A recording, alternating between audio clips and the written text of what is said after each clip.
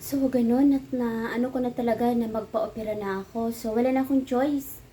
Magkakapatid ko rin kasi mga lalaki sila nag-push sa akin na ate magpa-opera ka na. Opera ka na kasi syempre kailangan din lang mabuhay din ako kasi ako lang din isa babae nila kahit ganito ako na malayo sa kanila. Concern sila sobra sa akin. Kaya ayun, nung araw na yun, na galing ako sa hospital na yun, explain sa akin ng doktor na gano'n ang sitwasyon ko, risky na talaga siya, hindi na pwedeng patagalin. So, nung araw na yun, nag-search ako sa Google na ano yung medyo na ano na doktor na hospital medyo okay. Ayun, nakita ko doon. Una talaga nakita ko itong ano na Dr. Jesus Delgado Hospital kasi nung nalaman ko pala, ano pala sila, mother and child pala sila, specialty pala nila yung ano, mother and child. So, lahat talaga pang mother yung ano. So, doon ako napadpad, doon ako napunta. So, pagpunta ko pa doon, ang araw na yung pumunta agad ako doon. So, pagpunta ko, na ano agad ako ng isang OB-GYN, ng isang OB-GYN ko, napakabait talaga na OB-GYN si Dr. Tahan, Dr. Aurora Tahan. Huwag niyo po kalimutan, mga kababaihan, Dr. Aurora Taha, napakabait po siya na OB-GYN, napaka-friendly, napaka-humble din niya. Kaya kung gusto mag-OB, punta kayo sa kanya sa Dr. Delgado Hospital sa May Kamuning. Madali lang po siya, napakabait po ni Dr.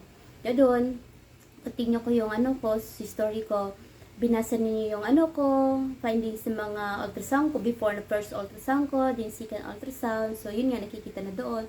So, ayun, inisked nila agad ako ng mga ano, inisked agad ako ng operasyon kasi ang hindi na ako hininga ng panibagong ultrasound kasi kaka-ultrasound ko lang nung kahapon then pag result ngayon, nabukasan, hindi na nakaabot sa kanya. So, yun na lang, nag-process na lang ako sa aking mga laboratory para may ano ko may ano agad, maoperahan agad. So, pumunta ako sa kanya, Thursday. Pagka Saturday, tapos na agad yung mga papers ko. So, Sunday ng gabi, admit na ako kasi pagka Lunes, August 28, ano na agad ako, operahan ako ng maga. Talagang immediate operation. August 28, ano pa yun, holiday, dapat wala sila mga doktor. Pero sabi ng doktor, sige i-insert kita kasi pag hindi kita i-insert sa 28 na holiday, 29, puno na ang ano namin, operating room. So, kailangan i-insert kita ng 28 na, yun, may operahan kita niyan.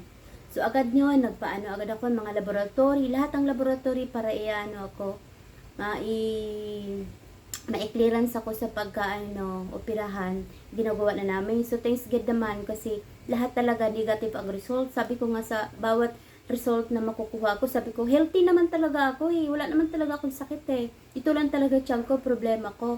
Yun din ang sabi ko sa doktor, Dok, tingnan mo Dok, lahat talaga healthy ako. Tingnan mo, kahit sugar ko, kahit nga blood pressure ko, sa ganitong edad ko, walang problema, okay lahat, okay. Sabi niya, kaya natawa na lang siya, sabi niya, okay ka nga lahat, paano naman yung tiyan mo, meron namang laman. Kaya sabi niya, kailangan natin, kukuhanin talaga natin yon. Kaya yun, nilalakasan ko na lang loob ko, yung takot ko, nahihiwaan ako, ikakateter ako, ayun, nilakasan ko na yung loob ko talaga.